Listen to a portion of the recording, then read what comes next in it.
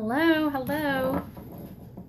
I'm Andi, homeschool mom to 5, and you can find me on Instagram at appleandigould, and I occasionally, I occasionally blog at A Nestful of Squishers. So today I am going to be talking about our alternative lesson planning that we do. Excuse me, I've been doing this lesson planning for about 4 years, and it's been working out. That's really cool, buddy. It's been working out really good for us. And so let's just get started. Typically, when you are lesson planning, you dive through your books for the year, you figure out how many lessons there are, how many weeks we're going to do school, and you divvy it up per day. And then you plot out the whole thing, you write it all in your lesson planner, you write it all somewhere, but then life happens. You have dentist appointments, doctor appointments, someone gets sick, you have an unexpected vacation that you suddenly have to take, and those lesson plans are gone. So they are no longer helpful because you had things specifically for one day and then they're just gone because that day has passed. So then you go back to the books and you figure out how many more lessons do we have, how much more time do we need to do school. So the way that we've been doing it is we just keep track of what we've done for the day.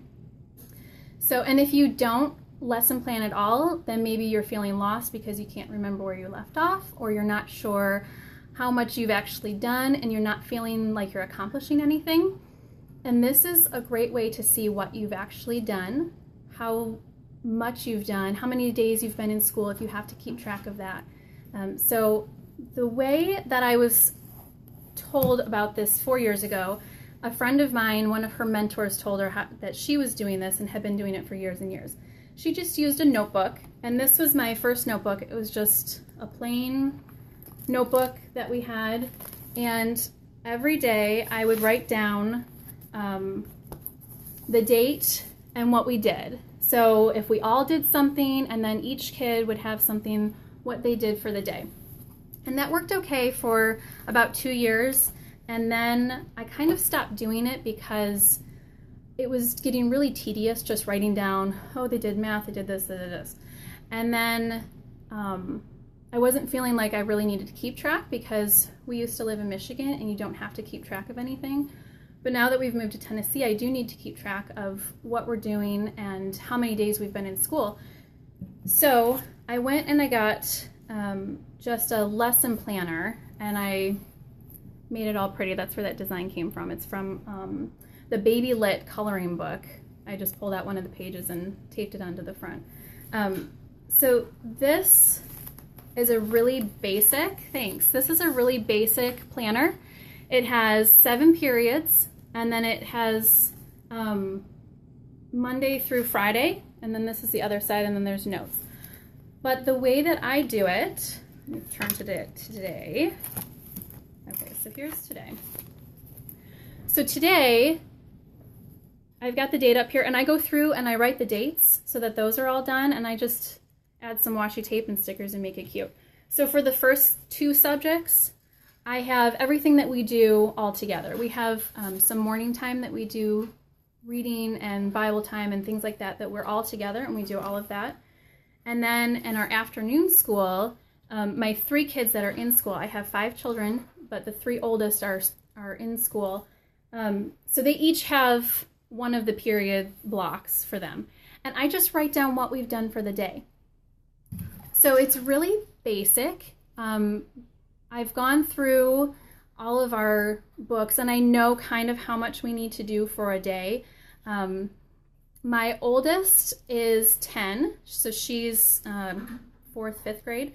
My second is, I have 10, 8, 6, 4, and 2 right now. So I have a second, third grader right now, and then my youngest, he's doing some 1st grade work and some kindergarten work that's in school. So I have preschool, and I have, she'll be 3 next week. So I guess technically I'll have 2 preschoolers next week. So right now I'm only doing the writing down for the 3 oldest what we do every day because they're the only ones that are in grade school right now. So I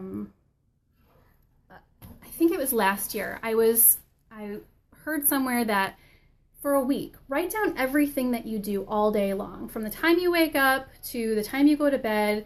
If you're just, if you're doing chores, if you're reading, if you're looking online, whatever you're doing. And then you can go back over the week and you can see what you've done. If there's areas of your day that you're seeing gaps that you can say, oh, hey, I've got all this extra time that I can do. And so I'm kind of doing that with our lesson planning, that we can go through and I can look back and say, okay, we actually did do a lot of school this week. It may not have felt like much because maybe we whizzed through, but today my 8-year-old, 1, 2, 3, 4, 5, 6, 7, she did 7 things this afternoon during her afternoon school time. So when I think, okay, we only did school for an hour, but you did 7 subjects in that hour, because when you're in a school setting, those 7 subjects are going to happen every day, but they're happening with a class of 30 kids, 20 to 30 kids. So it's taking a lot longer. So it's just really positive for myself to be able to go back and see all of the things that we've done and to know, okay, we are moving along. We're doing everything that we need to get done. And school is going really good right now. So, and then you can also see, you know what, this is a time that hasn't been so great. What else are we doing during our day? Is there anything that's going on? Last year we were moving out of state, so for most of the year we only read. That was most of our school last year, was reading. And so last year I didn't really keep track of much school, and when I look back I think, oh, we didn't do anything. We didn't do math, we didn't do this. We did some school, some typical schoolwork, but reading, when I look at the list of books that we read, how many books we read last year, I know we did a lot of school. So that's also something that I do over on these notes here. I write out things that need to be done. Maybe this is a list of things that I need to have, that I was going to talk about on a different scope, or must-haves. But last week I had a list of everything that we need to buy for school right now. But I also keep track of the books that we've read. When we finish them, I write down that we finished it, so I can go back and see books that we finished, or when we finished a subject, if we finished a math book. So all of that is in there, so I can look back if I need those records, and then I can also go back and count how many days we've actually done school for the year. So it's a really positive for myself to be able to go back and see those things and to show the kids, hey, look how much we've learned, look how much we've done. So this planner that I have, it's on Amazon. It's just a blank, boring blue planner. You can make it cute and fun, or you can just use it practically. I checked on Amazon this morning. It's $8, $7.98. The company is House of Doodle. House of Doolittle, Doolittle, House of Doolittle. And it's a 40-week planner that has 7 subjects, or 7 periods, and there's a teacher chart in the beginning, and there's, I think there's record-keeping pages in the very back. So it's really basic, and you could do it in a notebook, but the notebook just I wasn't easily able to see what each of my kids did. You have to write them all in. So it's a blank notebook, so if you've got a couple weeks that you don't do school for, it doesn't matter. You can just skip over those and go to the next week that you're going to do school. Yeah, so it's all blank, and it makes it really easy. So you can use it until you fill it up and then go on to a new one. And that's what I liked about the notebook. I just wrote the date and I wrote down everything, but I like having the lesson planner because I can see what each of my kids have done for the week, and it's broken up. And with 7 blocks, it works out perfect for us because I can use 2 for everybody together, and then I've got 5 more for each of them to write their individual work for the week. So, so instead of stressing about what you're doing every single day and plotting out for the next 36 weeks, it's a lot easier. And we do pretty heavy Charlotte Mason influence in our house, so having short lessons, it's not always 36 weeks of lessons. Sometimes it's going to be shorter, sometimes it's going to be longer. And this way, I don't have to figure out did we do a whole lesson in one day? I just know where to pick up because I can look back. Today we were reading a book, and sometimes we do audiobooks and sometimes I read the book.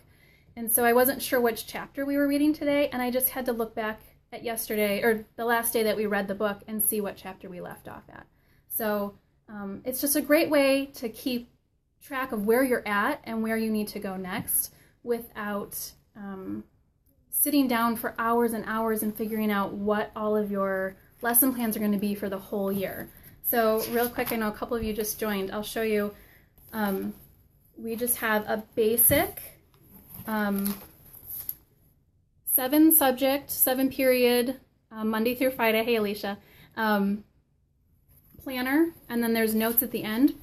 But the way that I do it is, let's find today. The top 2 I have are just for everybody together. I keep track of what we all do together. And then I have one subject or one section for my oldest, and then my second oldest and third oldest, and then eventually I'll have my other 2 in there.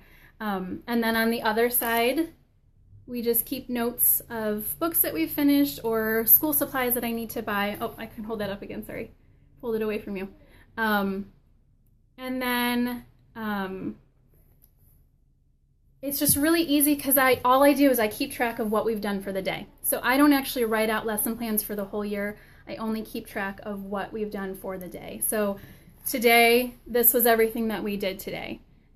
This is all the stuff that we did together, and then my three oldest who are in school did those. And then, so when you look back at last week, there's Thursday and Friday, there's a lot more. And then Monday through Wednesday last week, you can see Monday morning, we had a light week because we had a long weekend last weekend. So we were jumping in and had a slow morning. Okay, so I am actually going to do another scope on what we do, how we go to the next thing. I was doing a list that I was rotating through, but after seeing Alicia's loop and explaining a little bit more, I've heard of the loop method before, but I had never heard it explained the way that she did it. Thanks for inviting followers, guys. And then Jen Loves Aqua on Instagram, she showed a list of her loop, and so I was like, oh, I can just write it out, and that's really good. So I'll talk about that a different time. And then it was just, so that shows me what to do next. So really quick, I know a lot of you just jumped in and you guys can watch my replay. I am a homeschool mom of 5, and you can find me on Instagram at appleandigould. I will show you again. Today I was just talking about the planner that we use, and it's just a basic planner that I got on Amazon for $8. House of Doolittle, Doolittle. It's a 40-week planner, and all I do is I kind of know how much we need to do for a lesson, but I just keep track of what we've done for the day. So this was, sorry about the tea stains, this was last week, Monday through Wednesday. So the top 2 subjects are what we all do together, and then we have my oldest, my second oldest, and my middle son, what they've done for the day, and then Thursday and Friday. And then over here I just keep track of books that we finished or school supplies that we need to buy, other things like that, things that we might need to tackle or get finished. Like we went to the library last Thursday, needed to go to the library. All of these little paper tabs are all my library due dates. I have a reminder on my phone, but I like to see the visual reminder in my notebook too. So yeah, if you guys have any more questions, I've been doing this for 4 years, the lesson planning this way, just writing down what we've done. And it was such a relief to not have to sit down and plot out. It is brilliant. I actually set an alarm or a reminder on my calendar when I leave the library, so that I have an alarm pops up on my calendar every morning when I have books that are due back for the day. Oh, thank you. So yeah, the library is a big deal for us. We're there several times a week usually. So, but yeah, so we just keep track of what we do, and we've been doing that for 4 years. And we've been homeschooling for 6 or 7 years now. 6 years, I guess, 6 years. Okay, the name of the planner is House of Doolittle, Doolittle. Yeah, it's more of a record planner. I can keep track of how many days we've been in school, and know exactly where to start the next day when we get to the next subject. And then the planner is on Amazon. It's $7.98 right now. I checked this morning, so it's not expensive. You can just pop it in your cart next time you're checking out, and it's just really simple to be able to keep track and not have to sit there for hours. And then when life happens and you've got a doctor appointment or somebody's sick and you don't do school, it throws off your whole lesson planning that you spent so much time on.